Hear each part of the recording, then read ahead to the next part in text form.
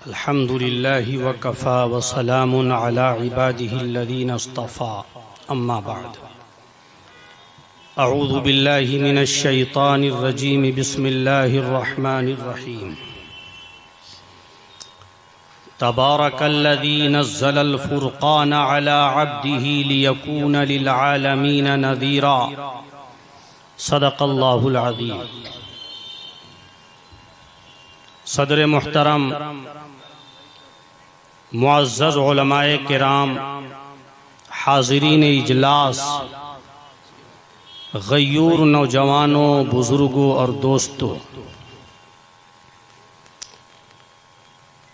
तंगी वक्त की वजह से तवील गुफ्तगू नहीं हो सकती और मुक़र्रिरीन की फ़हरिस्त भी लंबी है और अभी दारुल उलूम देवबंद से हज़रत मुफ्ती राशिद आज़मी साहब दामत बरकातुहुमुल आलिया भी तशरीफ़ ला चुके हैं और आगरा के मुफ्ती साहब भी यहाँ मौजूद हैं, दूसरे हज़रात भी मौजूद हैं। इंशाअल्लाह सैर हासिल गुफ्तगू आपके सामने वो हज़रात फरमाएंगे। देखिए, तहफ़्फ़ुज़ ख़त्म नबूवत ये बड़ी सआदत की बात है। इस मैदान में उतरना, काम करना और इस सिलसिले में अपनी जान, अपना माल, अपनी दौलत, अपना वक्त लगाना, ये खुशबख्ती की बात है। बड़े खुशनसीब हैं वो हजरात जो इस सिलसिले में अपना थोड़ा सा भी वक्त कुर्बान करते हैं। इसकी अहमियत की वजह से और इस मसले की हसासियत की वजह से हज़रत शेखुल हदीस मौलाना मोहम्मद ज़करिया रहमतुल्लाह अलैह ने क्या फरमाया, एक बड़े अहम मौके पर जो उन्होंने फरमाया है, मैं उसको आपके सामने पेश करना चाहता हूँ। सफ़ीर ख़त्म नबूवत हज़रत मौलाना मंजूर अहमद चिनौटी रहमतुल्लाह अलैह हरम शरीफ गए, वहाँ हज़रत शेख मौजूद थे। हज़रत की खिदमत में हाजिर होकर अर्ज़ किया, हज़रत बैअत फरमा लीजिए। हज़रत ने बैअत फरमाई।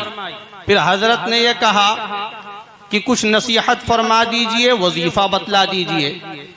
मगर कुतुब आलम शेखुल हदीस मौलाना ज़करिया रहमतुल्लाहि अलैह ने न तो सुबहान अल्लाह का कोई वजीफ़ा बतलाया, न अल्हम्दुलिल्लाह का कोई वजीफ़ा बतलाया, न ला इलाहा इल्लल्लाह का कोई वजीफ़ा बतलाया।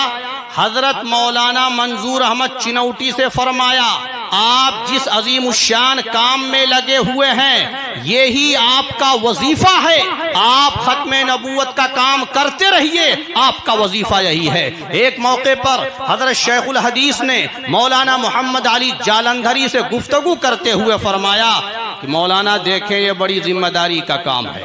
एक आदमी भी अगर कादियानी हो गया, नबी की उम्मत से निकल करके झूठी नबूवत की झूठी उम्मत में दाखिल हो गया, कल कयामत के दिन नबी को हम क्या जवाब देंगे? अगर नबी ने सवाल कर लिया और नबी ने मुंह फेर लिया तो हमारा क्या हाल होगा? अगर हम चाहते हैं कि नबी की शफाअत हासिल करें, अगर हम चाहते हैं कि नबी क्या हौज़े कौसर पे पहुंचे और नबी के दस्ते मुबारक से जाम पिए, तो हमें तहफ़्फ़ुज़ ख़त्म नबूवत का काम करना होगा। बेशक बेशक। मेरे बुजुर्गों, भाइयों, दोस्तों, ऐसा अज़ीमुश्शान अल्लाह ने हमें अता फरमाया और ऐसे नबी की गुलामी का शरफ बख्शा है कि आलम अरवाह में सारे अंबियाए किराम से उस नबी अज़ीमुश्शान के बारे में अहद व पैमान लिया गया। कुरान अज़ीमुश्शान में ऐलान कर दिया गया, वइज़ अख़ज़ल्लाहु मीसाक़न नबिय्यीन लमा आतैतुकुम मिन किताबिन व हिक्मा सुम्मा जाअकुम रसूलुम मुसद्दिक़ुन लिमा मअकुम लतुअमिनुन्न बिही व लतंसुरुन्नहु क़ाल अअक़ररतुम व अख़ज़तुम अला ज़ालिकुम इस्री क़ालू अक़ररना क़ाल फ़अशहदू व अना मअकुम मिनश शाहिदीन। आलम अरवाह में अल्लाह ने तमाम अंबियाए किराम से अहद व पैमान लिया। फरमाया, याद करो वो वक्त जब अल्लाह ने अहद लिया कि जब मैं तुम्हें किताब दूं और इल्म दूं और फिर तुम्हारे पास एक रसूल आए जो तस्दीक करने वाला हो उस चीज की जो तुम्हारे पास है, तो तुम सब उस पर जरूर ईमान लाना और उसकी मदद करना। क्या तुम्हें इस बात का इकरार है? सारे अंबियाए किराम ने कहा कालू बाला, हाँ हमें ये अहद कबूल है। अल्लाह ने फरमाया गवाह रहो और मैं भी तुम्हारे साथ गवाहों में हूं। हकीमुल उम्मत हजरत मौलाना अशरफ अली थानवी रहमतुल्लाहि अलैह लिखते हैं, इस आयत शरीफा में अन्नबीयीन का लफ्ज लाया गया है और अन्नबीयीन में सारे अंबियाए किराम दाखिल हैं। हजरत आदम भी हैं, हजरत नूह भी हैं, हजरत इब्राहीम भी हैं, हजरत मूसा भी हैं, हजरत ईसा भी हैं। 1,24,000 कमोबेश अंबियाए किराम अन्नबीयीन के तहत में आ गए, सिवाय एक नबी के। सारे नबी इसमें शामिल हैं, लेकिन एक नबी अन्नबीयीन में दाखिल नहीं है, और ये वो नबी है जिसके बारे में अगले टुकड़े में जिक्र किया गया है, सुम्मा जाअकुम रसूल, फिर तुम्हारे बाद तुम्हारे पास एक रसूल आएगा। सुम्मा जाअकुम रसूलुन में उस एक नबी का तज़किरा है। और हजरत फरमाते हैं कि जो अरबी जबान जानते हैं, अरबी ग्रामर से वाकिफ हैं, उन्हें मालूम है कि सुम्मा का लफ्ज यहाँ इस्तेमाल किया गया है और इस लफ्ज के मफहूम में पीछे आने का माना पाया जाता है।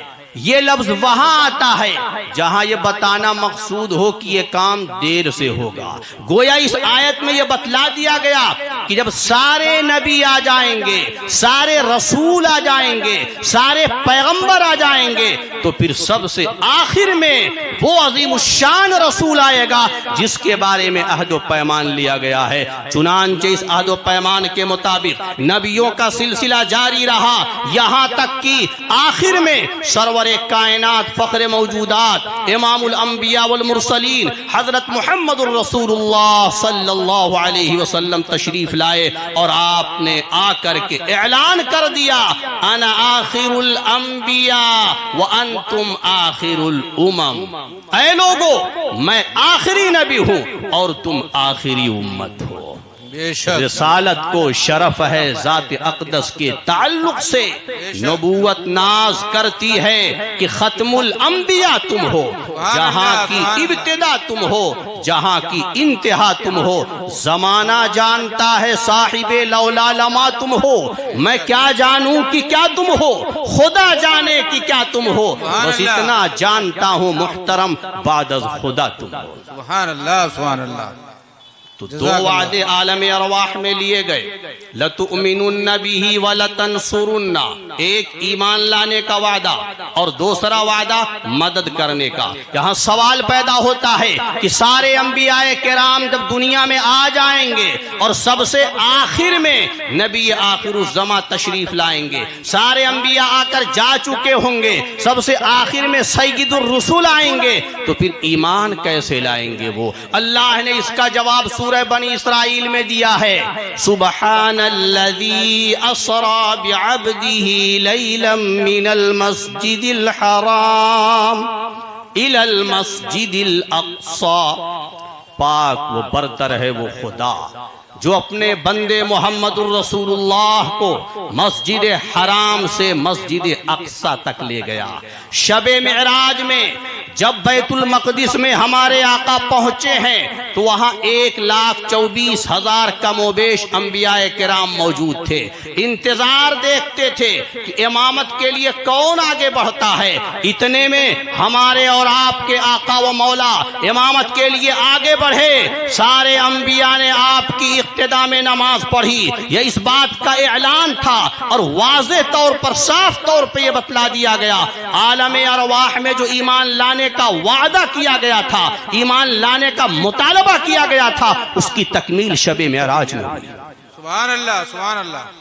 इमामत का आगाज तो आलम अरवाह में हुआ, उसका अमली ज़ुहूर बैतुल मक़दिस में हुआ, इसका तीसरा ज़ुहूर क़यामत के दिन होगा, जब सारे बनी आदम इकट्ठे होंगे, सारी उम्मतें वहां जमा होंगी और सारी की सारी उम्मतें अपने अपने नबियों के मातहत होंगी, लेकिन सारे अंबियाए किराम हमारे नबी आखिरुज़्ज़मा के हम्द के झंडे के नीचे होंगे। सुभान अल्लाह। मजा बरसात का चाहो तो इन आंखों में आ बैठो, स्याही है, सफेदी है, शफक है, अब्र बारा। अल्लाहु अकबर, अल्लाहु अकबर। अब यहां एक दूसरी बात है, ईमान की बात तो समझ में आ गई, लेकिन मदद का जो मुतालबा था, ये मदद करने का मुतालबा कब पूरा होगा? मदद का जो मुतालबा था ये कब पूरा होगा? तो इसके लिए सुनिए, अल्लाह रब्बुल इज्जत ने हजरत ईसा इब्ने मरियम अलैहिस्सलाम को मुंतखब फरमा रखा है। तमाम अंबिया और रसूल की नुमाइंदगी करते हुए तशरीफ लाएंगे, और ये उस वक्त आएंगे जब मुसलमान पस्ती की हालत में होंगे, उलमा की मेहनतें बेअसर हो रही होंगी, इस्लाह की तमाम जिद्दोजहद बेनतीजा दिख रही होगी, दज्जाल का फितना अपने जोरों पर होगा, मुर्दे को जिंदा करेगा, तरह तरह के शोबदे दिखलाएगा, करतब से अपनी खुदाई का इजहार करेगा, प्रचार करेगा, उम्मत के लिए फितना बर्पा करेगा। ऐसे नाजुक वक्त में जब आलम इस्लाम परेशानी की हालत में होगा, हजरत ईसा इब्ने मरियम आसमान से नाजिल होंगे और वो आकर के तमाम अंबिया की नुमाइंदगी करते हुए दीन मतीन की खिदमत करेंगे, हाकिम की हैसियत से तशरीफ लाएंगे, खलीफा की हैसियत से तशरीफ लाएंगे, और खलीफा और हाकिम की हैसियत से तशरीफ लाकर पूरी दुनिया में इस्लाम को गालिब कर देंगे। इब्ने मरियम जिंदा है, रब की कसम, शाहिद इसका अहमद मुख्तार है, हो नहीं सकता खिलाफ इसमें कभी, ये तो कौले सैयदुल अबरार है। सुभान अल्लाह, सुभान अल्लाह। हजरत ईसा इब्ने मरियम आएंगे और हमारे नबी ने हदीसों के अंदर उनकी अलामतें जिक्र की हैं, पहचान बतलाई है। अबू दाऊद शरीफ की रिवायत है, नबी फरमाते हैं, लैसा बैनी व बैनहु यानी ईसा अलैहिस्सलाम नबियुन व इन्नहु नाजिलुन फइज़ा रअयतुमूहु फअरिफू। सुनो, मेरे और ईसा अलैहिस्सलाम के दरमियान कोई नबी नहीं है, जब वो नाजिल होंगे तो तुम देखो और उन्हें पहचान लो। ये तारुफ कौन करवा रहा है? इस स्टेज से पहली बार मैं तारुफ करवा रहा हूं? नहीं, सरवरे आलम ने 1400 साल पहले हजरत ईसा इब्ने मरियम का तारुफ करा दिया है, उनकी पहचान बतला दी है, उनकी अलामतें जिक्र कर दी हैं। फइज़ा रअयतुमूहु फअरिफू, जब देखो तो उन्हें पहचान लेना। और आज कॉन्फ्रेंस की जाती है, इजलास किए जाते हैं, जलसे किए जाते हैं, तरबियती कैंप लगाए जाते हैं, मिंबर व मेहराब से खिताब होता है, तो कहते हैं तफरका मत डालो। नबी फरमा रहे हैं पहचान लो, पहचान करवा रहे हैं। पहचान न होने की वजह से आज फितना हमारे समाज में फैल रहा है, और घरों से ये इत्तलाआत मिलती हैं कि यहां मुर्तद हो गए लोग, वहां मुर्तद हो गए, और वहां एक झूठे को मसीह मान लिया। ईसा इब्ने मरियम की खबर दी, नाम क्या जिक्र किया? ईसा इब्ने मरियम। तो शकील बिन हनीफ, जो हनीफ का बेटा है, मरियम का बेटा नहीं, खुशतरी बेगम का बेटा है, ये कैसे ईसा मसीह हो सकता है? ये दावा कर रहा है महदी होने का, ये दावा कर रहा है आसमानी रहबर का, ये दावा कर रहा है ईसा अलैहिस्सलाम आसमान से नहीं उतरेंगे बल्कि उनकी पैदाइश होगी। ये तमाम के तमाम दावे इस बात का सबूत हैं कि इस्लाम से इसका कोई ताल्लुक नहीं है। चाहे ये नमाज पढ़े, चाहे ये तहज्जुद पढ़े, चाहे अव्वाबीन पढ़े, चाहे ये चाश्त की नमाज पढ़े, 1000 की तस्बीह लेकर के तस्बीहात पढ़ता रहे, लेकिन इस्लाम से इसका कोई ताल्लुक नहीं है। इस्लाम वाला वो है जो नबी की तमाम बातों को माने, नबी की तमाम तालीमात को इख्तियार करे, नबी के तमाम इरशादात को फॉलो करे, वो है साहिब ईमान। आज जरूरत है कि हम आमाल इस्लाम के साथ नवाकिज़ इस्लाम भी बताएं। नवाकिज़ वजू पर बात करते हैं, नवाकिदे हज पर बात करते हैं, नवाकिदे गुस्ल पर बात करते हैं, नवाकिदे ईमान की बात कौन करेगा? आज इस बात को ना समझाने की वजह से उम्मते मुस्लिमा का एक तबका नादानी में, जहालत में अपने इस्लाम से हाथ धो बैठ रहा है, मुर्तद हो रहा है। अल्लाह ताला हम सबको इन फितनों से महफूज फरमाए और उम्मते मुस्लिमा के ईमान की हिफाजत फरमाए। व आखिरु दावाना अनिल हम्दुलिल्लाहि रब्बिल आलमीन। जज़ाकल्लाह जज़ाकल्लाह।